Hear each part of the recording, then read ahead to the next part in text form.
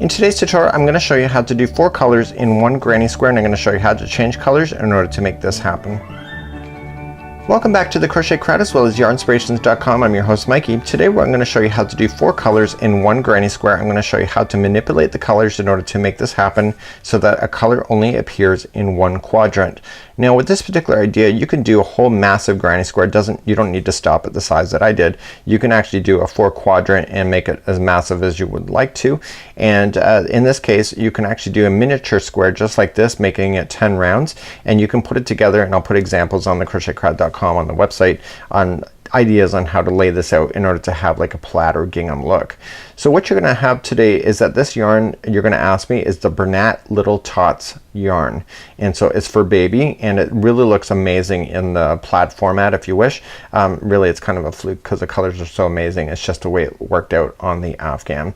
So we've done another tutorial, just finished actually filming, and it was a 2-tone just like this, but in this case what we're gonna do is that we're gonna go and do the 4th, and it's just like 4 colors, and it's just very much the same. The only difference is that instead of going a half, we're only gonna go to a quarter and then change, a quarter, change, and just like the other one, whenever we finish a round we're gonna come back and turn our work and then go back in the opposite direction. So we're gonna have to really rely on dropping yarn and picking up yarn in order to make this happen, but once you're in the swing of it, it gets a lot easier, and when it gets bigger and bigger like this, you don't have to do it as often, and then it becomes a lot easier. I think the biggest part, that is the hardest part, is the center point to get started, because there's a lot of yarn working in this little spot right here, and I'm gonna show you the tricks to doing that as well.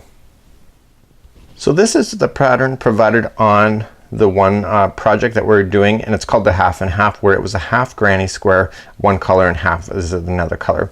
The only difference between this diagram and the other colors that I'm about to show you is that instead of going half and half, we're gonna go quarter, quarter, quarter, quarter, but the same thing is gonna happen in between each. So do you see how it changes color here from one to another? Well, the difference is that each one of the corners is gonna be identical to that. When we get back to the very start, it's always the same, is that we're going to chain up 1 and then half double crochet, reaching over to put us right back into the center point each and every time. So every time we complete a round around, we're gonna turn our work and come back in the opposite direction, because when we drop yarn we have to pick it back up exactly where it's dropped in order to keep each quadrant looking the same. So let's grab our crochet hook and let's grab some yarn, and let's see if you can do this.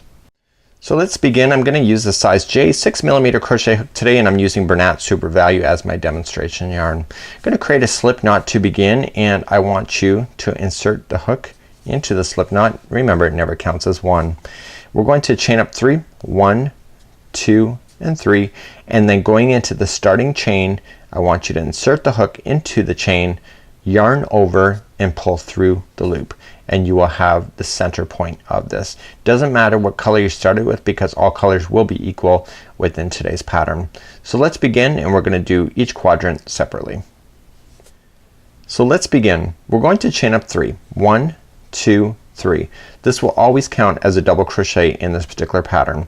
We're then going to come into the center of the ring for another double crochet. So wrap the hook first, going into the center of the ring, pulling it through, and pull through 2 and 2, and you want to do that one more time so that there's a total of 3 double crochets. Remember that that chaining of 3 counts as a double crochet. That's why you can see 3 here. But we're ready now almost for the next color already. But before you do it, you have to chain 1 first and then grab your next color. So off camera I just got another color ready here, and I don't want to create any slip knots or anything. I just want a nice loop like so, and I want to put this through the hook. Okay, right on the hook, and pull through. So that is considered your chain 2.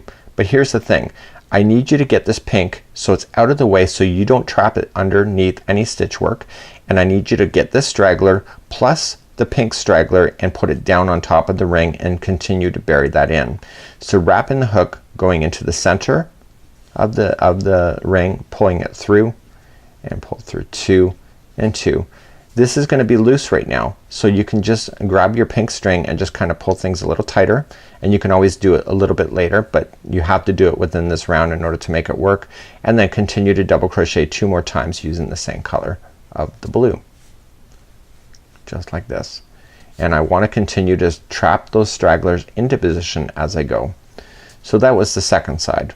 So let's move on to another one. So we're gonna chain up one and we're gonna grab another color. So if you want this to be pink and the other side to be pink, it's gotta be two separate yarn strands. It can't be the same. So let's just create the loop first and finish this. Chain one. Let the blue fall out of the way. Let the straggler fall into the beginning, and you have now the green straggler, the blue, and the pink now down here. So we're going to double crochet 3 more times using this green into the center of the ring. This is the only time I think that it gets a little bit it blows your mind a little bit, but the whole goal is not to get those strands that are in behind trapped into position, such as the blue and the pink. You want these to be left out. Okay, we're ready for another side. So chain up one and let's grab our final color.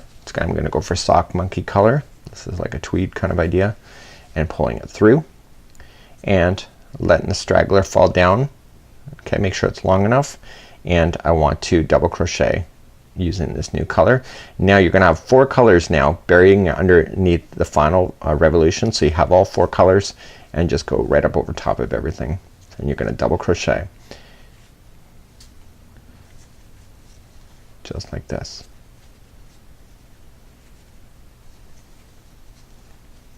So now this is what you're gonna do. You're gonna chain up one and you're going to join it to the other side. So now that you chained one, you're gonna half double crochet. Make sure you don't ever go into a space. You want to go into one strand only of string, yarn over, pull through, and then pull through all 3 as a half double crochet.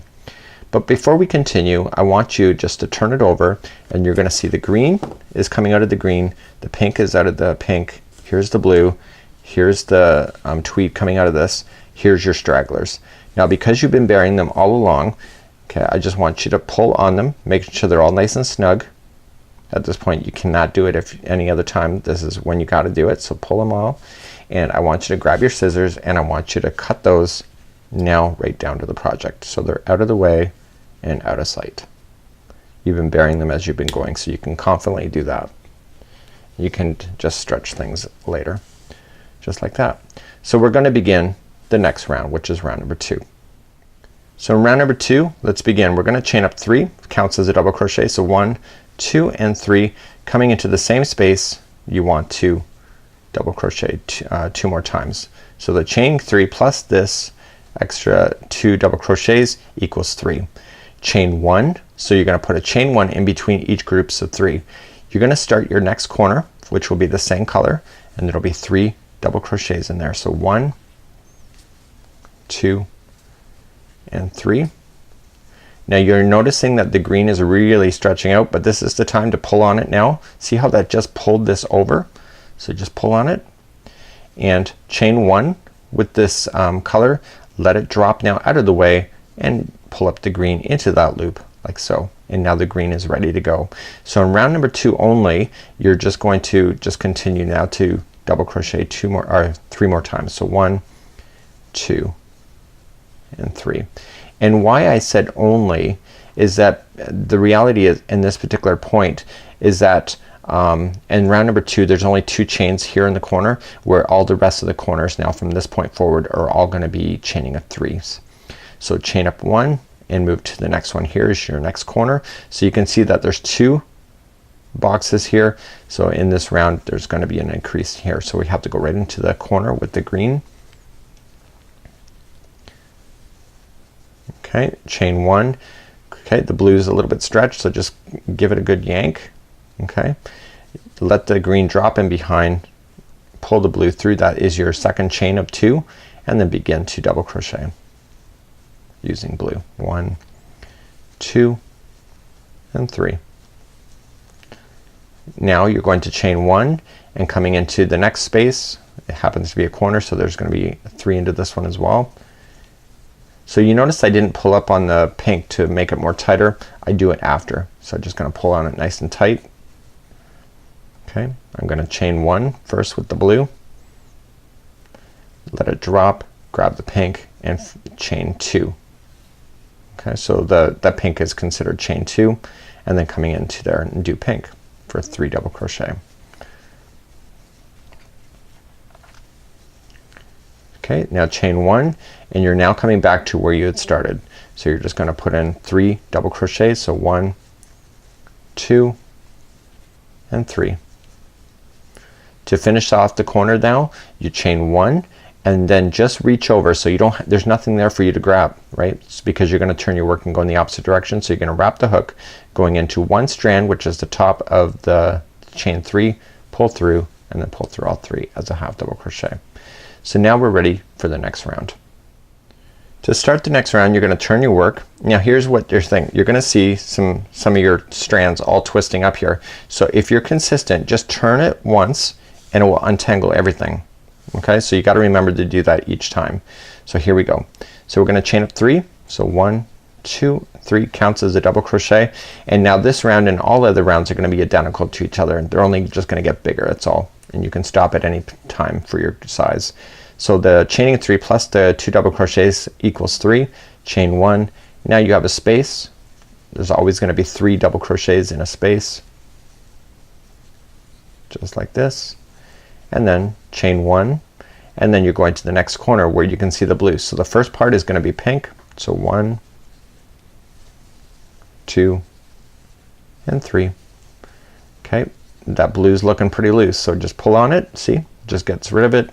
Okay, so now for this round you're gonna just always chain 1 and the next 2 chains are gonna be the new color. So you're gonna take up the blue, this is number 2, and then you're gonna do it one more time. So just yarn over, pull through. So that was your 3rd chain, and then you start your double crochets. That's gonna be the same for each one of your stitches now going all the way around when it comes to these corners. Just remember to do that. So chain up 1, moving to the next space. There's always gonna be 3 into each space.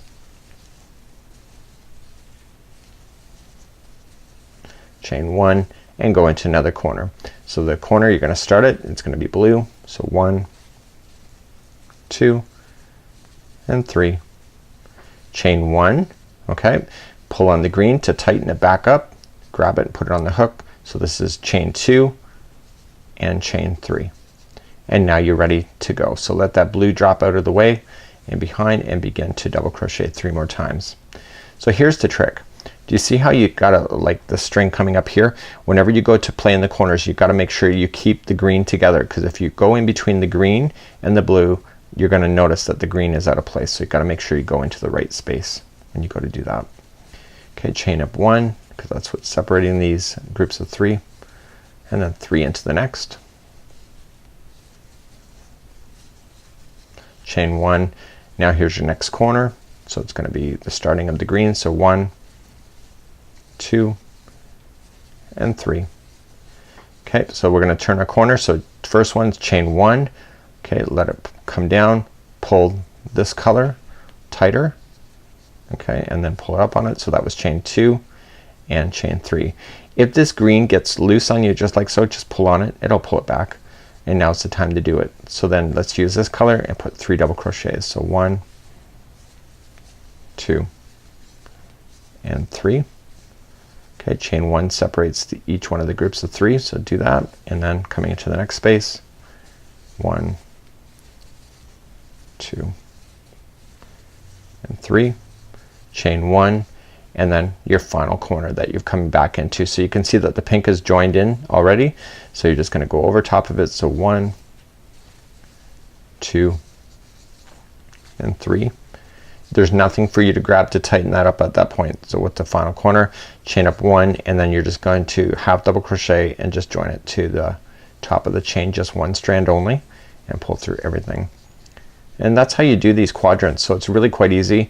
It's just a matter of understanding how to change the yarn. It's understanding to make sure that you got to pull things tighter when you have an opportunity to do so, because you can't do it after you get beyond the round. So this is how you would do the 4 quadrant idea. You can go as big or as little as you want to. So if you just wanted to do minis, you could just fasten off. When you go to fasten these off, you can just make a straggler just like so. trim it, and then just put a darning needle and just weave it in 3 times to hide it into position. Now you can see that the way that it's done in the main pattern itself, you can just like turn these, you can flip these upside down and put them together. Because you're going back and forth in rows, is that there's an equal amount of good side or right side and wrong side of these particular squares, so that you can just puzzle them together, so you can have the blues all kind of coming together and etc. So that's it for now. Enjoy your day, have a super one, and until next time, I'm Mikey on behalf of Yarnspirations.com as well as the Crochet Crowd. We'll see you again real soon. Bye bye.